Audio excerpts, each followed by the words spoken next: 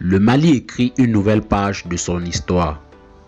Face à l'ennemi terroriste, un homme s'est dressé avec courage, détermination et vision, le colonel Assimi Goïta. Depuis son arrivée au pouvoir, une profonde transformation s'opère dans les rangs de l'armée malienne. Réarmement massif, restructuration stratégique, montée en puissance opérationnelle. Mais comment en est-on arrivé là? Que cache réellement cette révolution militaire silencieuse? Et surtout, le Mali peut-il aujourd'hui remporter la guerre contre le terrorisme grâce à cette nouvelle armée? Avant de plonger dans ce décryptage passionnant, abonnez-vous à la chaîne, activez la cloche pour ne rien rater de nos analyses sur l'Afrique et les dynamiques de sécurité qui redessinent notre continent. C'est gratuit et ça nous aide énormément.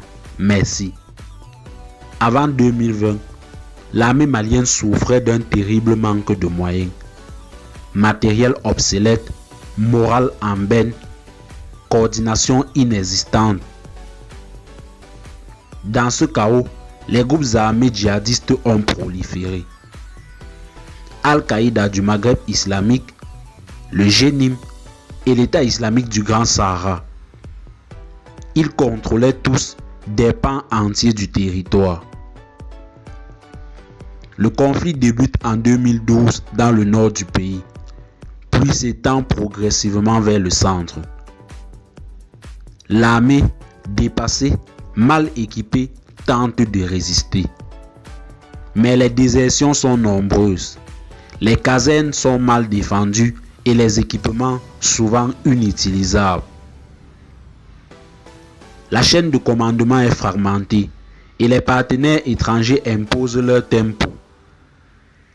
Dans ce climat, la frustration de la population grandit. Les citoyens se sentent abandonnés, livrés à eux-mêmes face à la violence. En août 2020, un groupe d'officiers dirigé par le colonel Assimi Goïta décide d'agir. Un coup d'État est organisé. Pour certains, c'est un choc. Pour d'autres, c'est un espoir. Assimi Goïta se présente comme un militaire patriote, engagé, formé, lucide sur l'état du pays. Rapidement, il affiche une volonté de rupture. Il ne veut plus d'une armée faible, dépendante, désorganisée. Il veut une armée souveraine, prête à défendre le territoire malien jusqu'au dernier souffle. Dans ses premières décisions, il augmente le budget alloué à la défense, ordonne des audits internes et amorce une politique de réarmement stratégique. Le réarmement est massif. Sous Assimi Goïta, le Mali tourne le dos à ses partenaires traditionnels pour se tourner vers d'autres puissances. De nouveaux équipements arrivent. Des drones de combat comme des Baykar TB2 turcs, mais aussi des drones tactiques russes.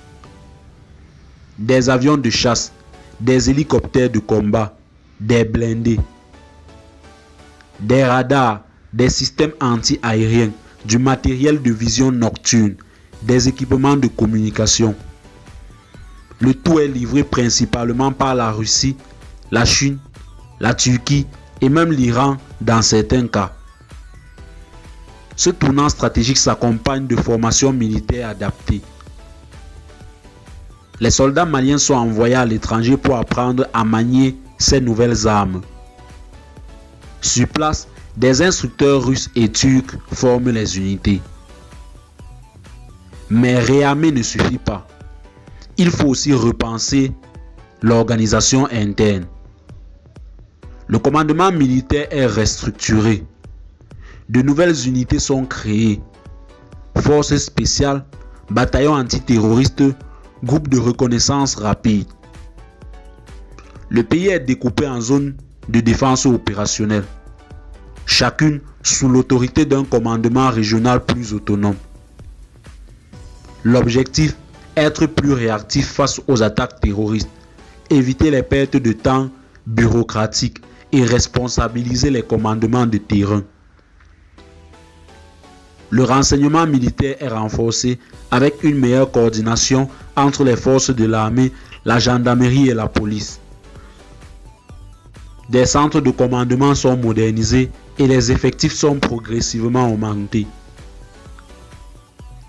L'une des décisions les plus audacieuses d'Assimi Goïta a été de rompre avec la coopération militaire française. L'opération Barkhane, longtemps présentée comme indispensable, est peu à peu démantelée. Le Mali dénonce les accords militaires, exige le départ des troupes françaises. Pour beaucoup, c'est une décision risquée, voire suicidaire. Mais pour Assimi Goïta, c'est une question de dignité et de souveraineté. Il estime que la présence militaire étrangère n'a pas permis de vaincre le terrorisme et qu'elle freine l'autonomisation de l'armée malienne. Dans la foulée, le Mali accueille de nouveaux partenaires, notamment russes, avec le groupe Africa Corps, qui fournit assistance, formation et soutien logistique. Aujourd'hui, les forces armées maliennes ont un tout nouveau visage. L'armée est mieux équipée, mieux organisée, plus présente sur le terrain. Des localités jadis contrôlées par les djihadistes sont reprises. Les offensives militaires se multiplient. Les embuscades sont mieux gérées. Les groupes armés reculent dans plusieurs régions. À Bamako, comme à Gao, la population commence à reprendre confiance. On voit des soldats comme des héros, pas comme des fuyards. Leur morale est en hausse. Leur discipline aussi. Des vidéos montrent des troupes maliennes en progression, bien équipées, bien commandées. Les cérémonies militaires reflètent un nouveau professionnalisme. L'armée malienne impressionne désormais même au-delà des frontières. Mais la guerre ne fait que commencer. Après la reconquête vient le défi de la stabilité. Il ne suffit pas de chasser les terroristes pour amener la paix. Il faut reconstruire l'État, rétablir les services publics, relancer l'économie.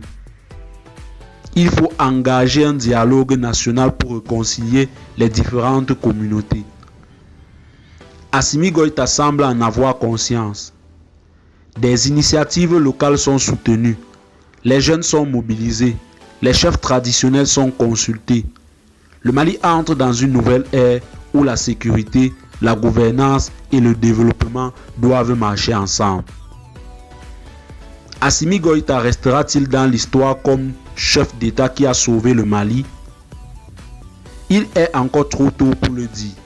Mais une chose est sûre, il a profondément changé la manière dont l'armée malienne fonctionne. S'équiper et combattre. Et ce changement pourrait bien être décisif dans la lutte contre le terrorisme.